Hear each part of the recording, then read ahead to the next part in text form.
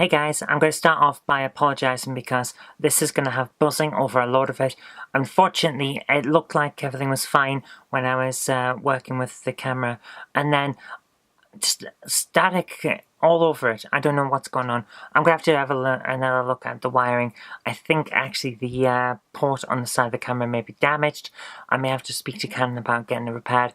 I don't know, it's just annoying. Sorry about that.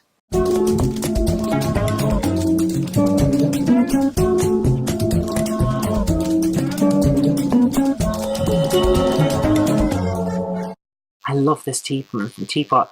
It's a teapot that you can open up in half and half, and it's a cup and a teapot, so enough for a pot of tea for one, you know?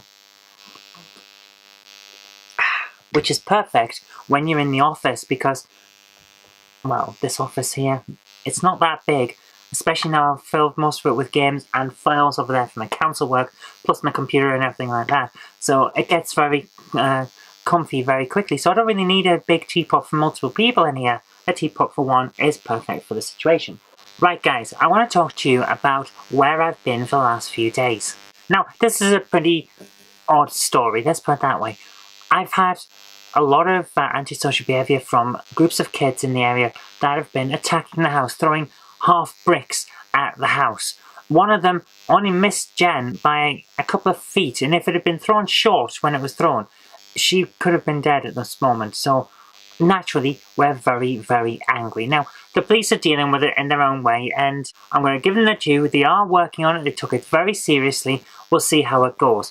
I don't think, to be honest with you, I don't think I'm one of those people that in this situation could have ever been pleased with any response at all, to be honest with you, short of immediately catching them and immediately sending them to jail, because that's how angry I was when this thing flew over Jen's head, half a brick, and smashed into the conservatory. So yeah, I don't think I could be pleased at all, but the police are taking it very seriously and they're dealing with it in their way, and hopefully they'll be concluded soon.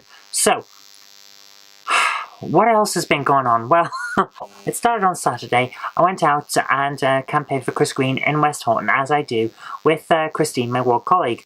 And then after that, I came home and prepared the house because my parents were coming to visit for a few days. So naturally, I didn't want them to think that I lived in the same situation that I actually live in. So we tidied the house. Now, I make that sound worse than it is. The house is pretty tidy anyway because Jen and I don't like it to be that much of a mess. Well, Jen would probably argue that I like everything in its place. It's just where I think everything's place should be is not where Jen thinks everything's place should be. So we set out and did that, and my parents came. We've spent the weekend just catching up, hanging around and enjoying each other's company, watching TV, having chats, helped them with technical problems with the computer, because of course you do that as the eldest and the computer one. You have to do with all of the technical stuff. So I did that, and it's just been a nice time, you know. Taking some time off to be with family is always worth it. So after that, on the Sunday, that's when the antisocial behaviour started. Well, actually no, the antisocial behaviour started in January when Jen got followed home by some people shouting abuse at her, and it's pretty much continued ever since then. It seems to become a game for the local scum, basically. It's become this thing. You know the kind of person that turns up on Jeremy Kyle?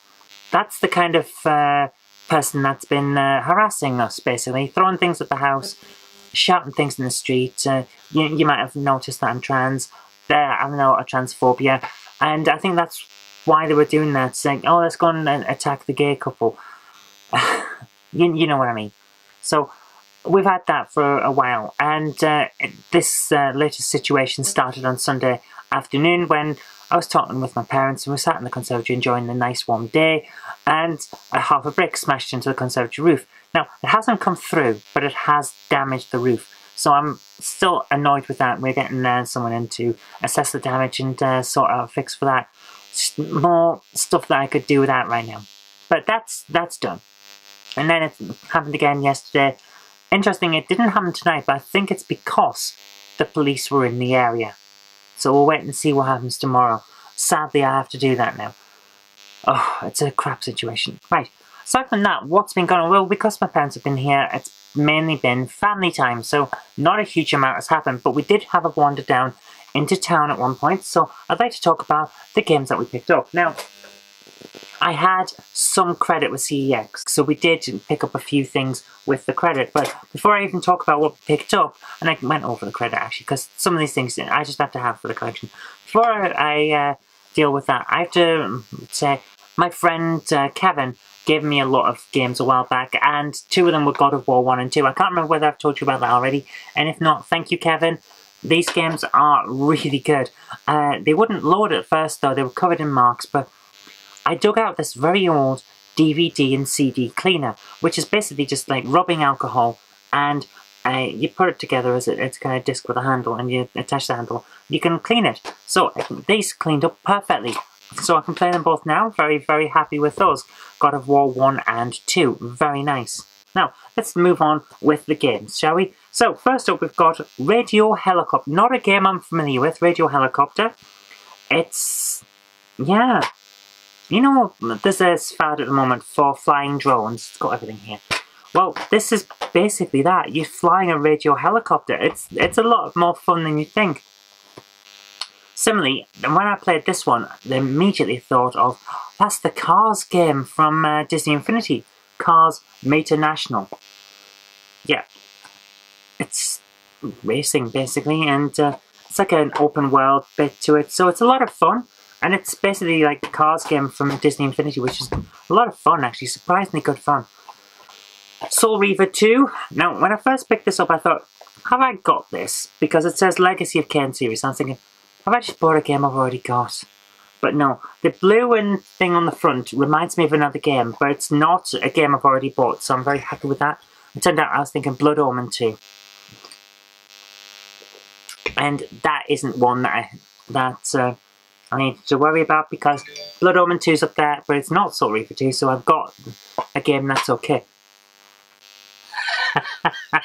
Tootie's just sent me a message as I accidentally opened one of the old videos from 4 years ago, and I thought it was a new one, and it's like, whoa, you've changed. So I sent him a message saying, wow, you've changed. He's just sent me one here. Yeah, older, fatter, and greyer.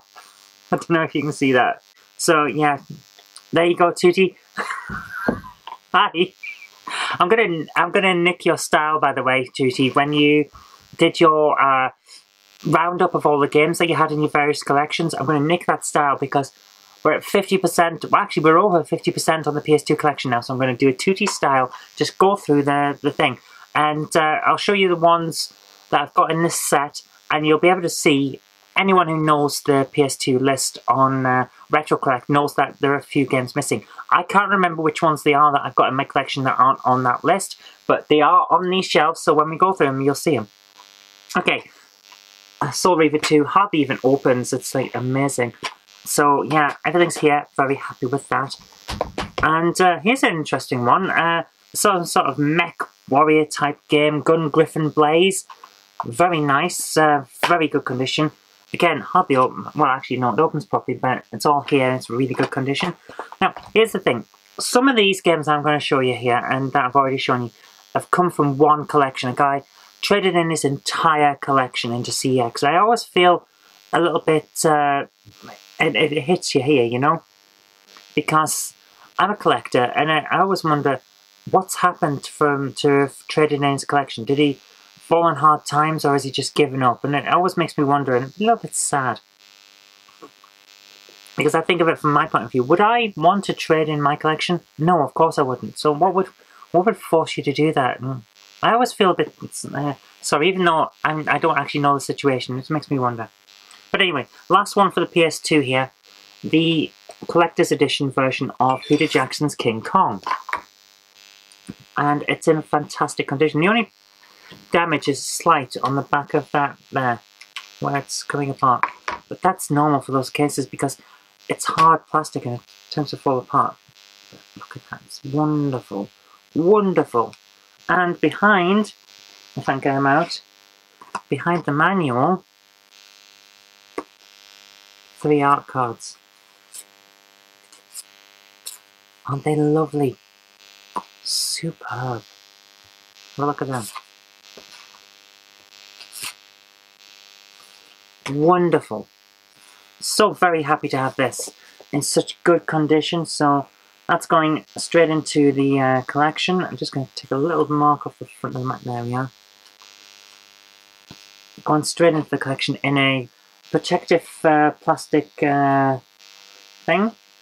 I want to say case, but it's not. In a protective plastic sheet, basically, just to keep it all in good condition, because that is a thing of beauty. And of course, I've already got the other version of it. I think I picked up 50p, the standard case version.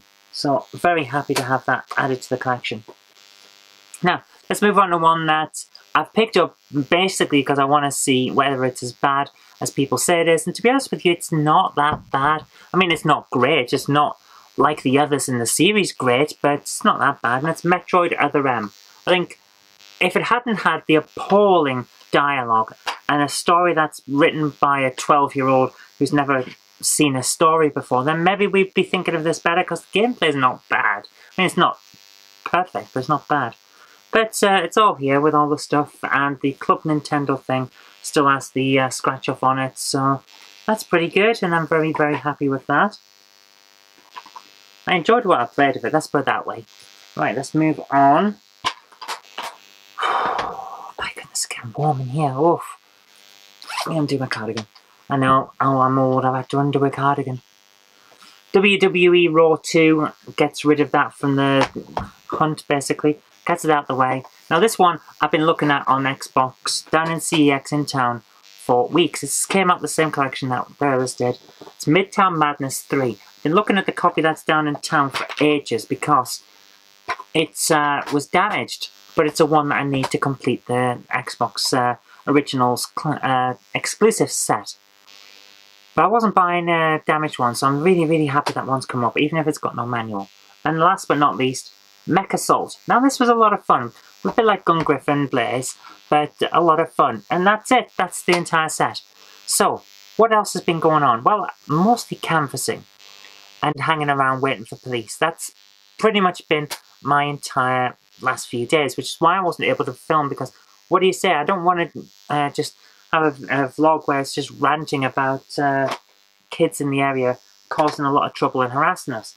So I didn't make a vlog, but I want to get back to daily vlogging because I really have missed it. So let's hope I can do better tomorrow, and I'll see you later. That's really all I've got time for, and it's going to be short as a result. Sorry guys, see you next time.